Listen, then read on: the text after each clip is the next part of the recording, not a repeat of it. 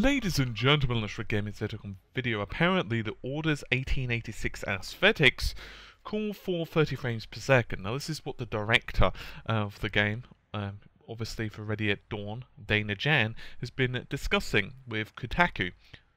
Now, he said, and I quote, if you push that up to 60 and you have it look the way you do, it actually would end up looking something like on the Discovery Channel, like a HDTV kind of segment or a sci-fi movie maybe. The escapism you get from a cinematic film image is totally different than what you get on television framing, so that was something we took into consideration. We don't have a game where you're just outside in the sunlight, so there's one light. We have candle flickering, fires, and the characters have lights on them. So to make those lights work with this fidelity means, I think, until the system, most people won't have any clue how to make it run at 60 frames per second and look like this. So, as you might have guessed from these comments, it created a bit of a crap storm on the internet, and this was something I was supposed to cover yesterday, but well, I just didn't, because I suck apparently.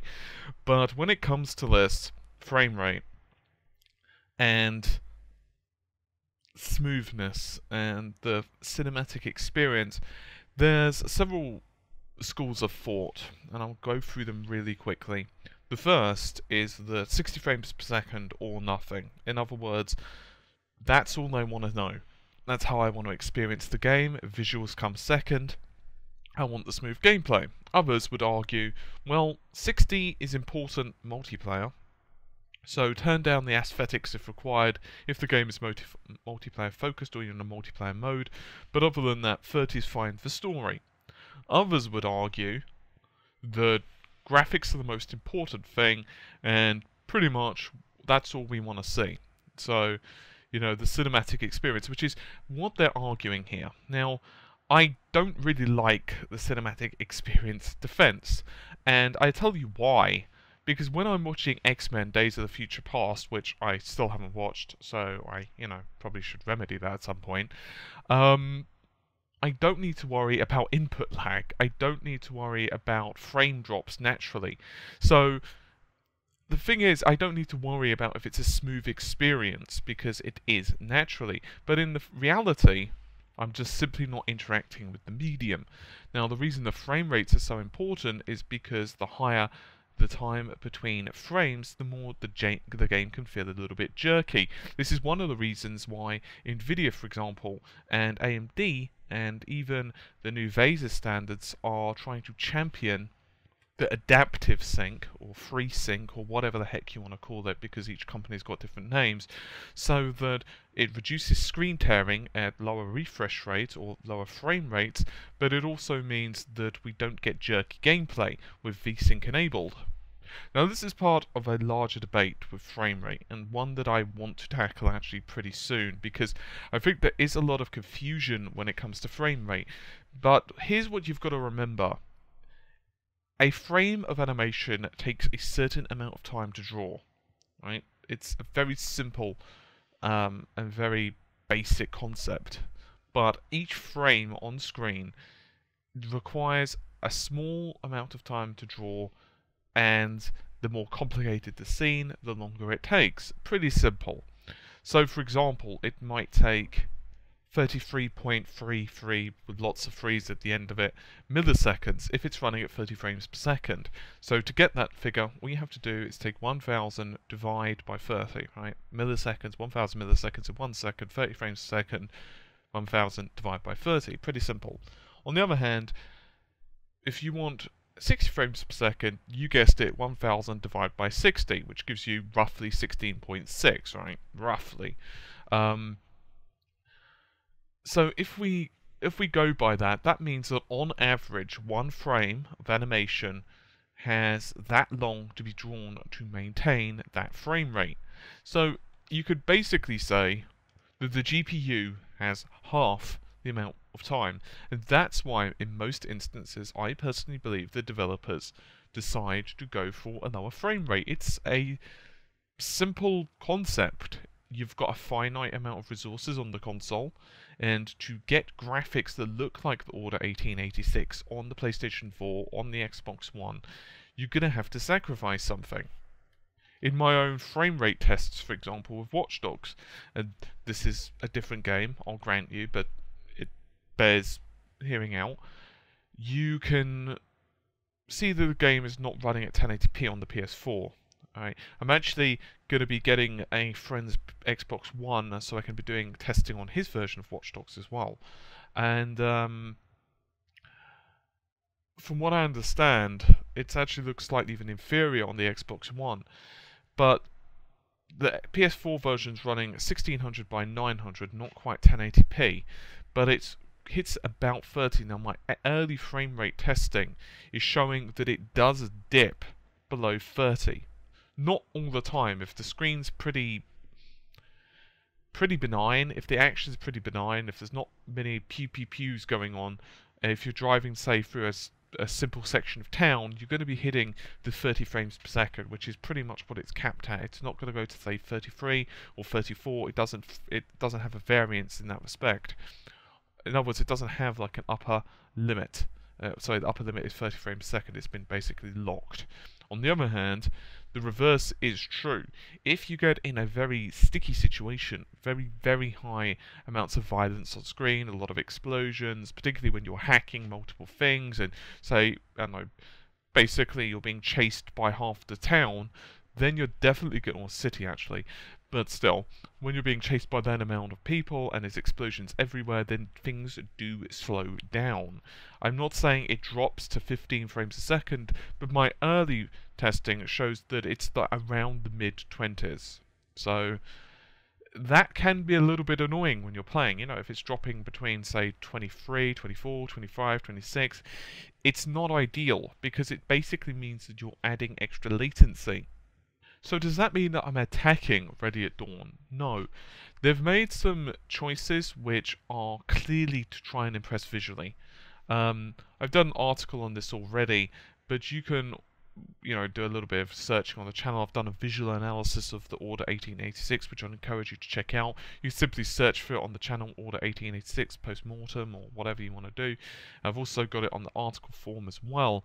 And basically, they're targeting 1920 by 800, not 1920 by 1080. So it's not it's basically 800p with basically huge black borders, right? So roughly 20%. I'm not going to bother to work out the exact percentage, but roughly 20% of the image is pretty much black pixels.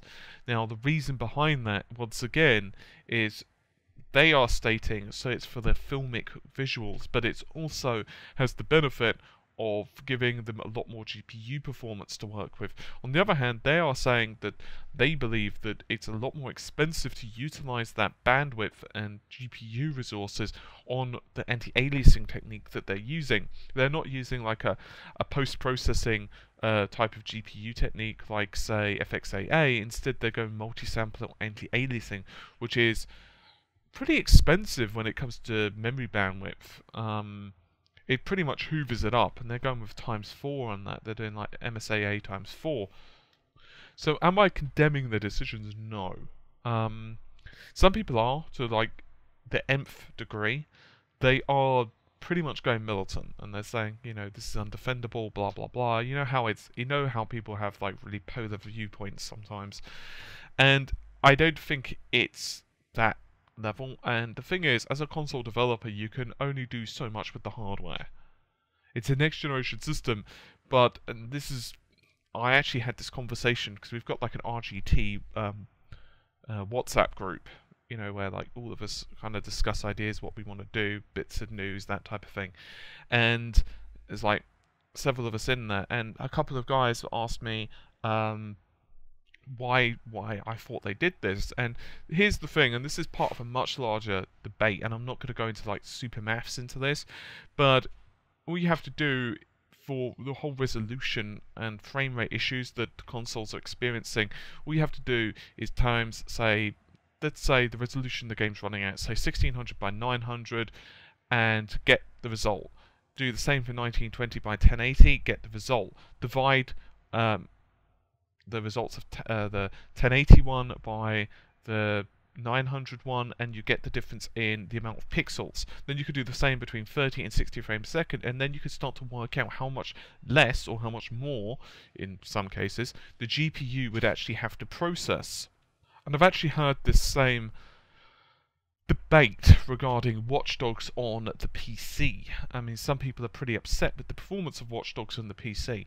I'm getting news from early reviewers, for example. But the thing is, regarding that, you've got to remember that, first of all, some of the drivers were not available. In other words, when the release date for Watch Dogs happened, you had drivers, a driver release from both AMD and Nvidia.